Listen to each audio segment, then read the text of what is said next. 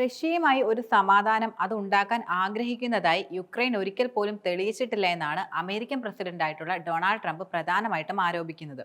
Trump Saudi അറേബ്യയിൽ നടക്കുന്ന America Ukraine ചർച്ചകൾക്ക് മുന്നോടിയായി പറയുന്നത് ഇങ്ങനെയാണ്: അമേരിക്കയുടെ ധാതു കരാറിൽ ഒപ്പുവെച്ചുകൊണ്ട് അവർ തങ്ങളുടെ സമാധാന ശ്രമങ്ങളെ ഉയർത്തിക്കാണിക്കുമെന്നാണ് ട്രംപ് കൂടുതലും ഉന്നയിക്കുന്നത്.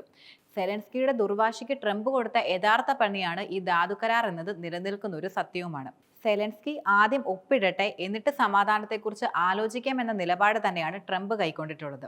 സൗദി അറേബ്യയിൽ നടക്കാനിരിക്കുന്ന ചർച്ചകളിൽ സെലൻസ്കിയെ പൂട്ടാൻ കഴിയുമെന്ന ശുഭപ്രതീക്ഷയും ട്രംപിന്റെ മനസ്സിലുണ്ടെന്ന് പറയാം. യുക്രൈനുമായുള്ള രഹസ്യാന്വേഷണ വിവരങ്ങൾ പങ്കുവയ്ക്കുന്നതിനുള്ള താൽക്കാലിക വിരാമം ശരിക്കും അമേരിക്ക ഏകദേശം അവസാനിപ്പിച്ചതായും റിപ്പോർട്ടുകൾ സൂചിപ്പിക്കുന്നുണ്ട്. റഷ്യയേക്കാൾ യുക്രൈനുമായി ഇടപെടുന്നതാണ് കൂടുതൽ ബുദ്ധിമുട്ടുള്ള കാര്യമെന്ന തരത്തിൽ ട്രംപ് വിമർശനങ്ങളും ഉയർത്തിയിട്ടുണ്ട്. ഫെബ്രുവരി 28-ന് ധാതു കരാറിൽ ഒപ്പുവെക്കാനിരിക്കെയായിരുന്നു ഓവൽ ഓഫീസിൽ മാധ്യമപ്രവർത്തകർക്ക് മുന്നിൽ വെച്ച് ട്രംപും സെലൻസ്കിയും തമ്മിൽ വാക്കുതർക്കം കൂടുതലും ഉണ്ടായിരുന്നതും. ഇതോടെ ചടങ്ങ് മാറ്റിവെക്കുകയും ചെയ്തു. 2022 മുതൽ അമേരിക്ക നൽകി വരുന്ന സൈനിക സാമ്പത്തിക സഹായങ്ങളിൽ സെലൻസ്കി നന്ദികെട്ടവനാണെന്നും അനാദരവോടെ പെരുമാറിയെന്നുമുള്ള കുറ്റപ്പെടുത്തലാണ് ട്രംപ് പ്രധാനമായിട്ടും ഉയർത്തുന്നത്. നാറ്റോയുടെ കിഴക്കോട്ടുള്ള വ്യാപനം ഉൾപ്പെടെയുള്ള സംഘർഷത്തിന്റെ മൂലകാരണങ്ങൾ പരിഹരിക്കാതെ ശാശ്വത സമാധാനം യഥാർത്ഥത്തിൽ അസാധ്യമാണെന്ന് റഷ്യയും ശക്തമായി പറഞ്ഞിട്ടുണ്ട്.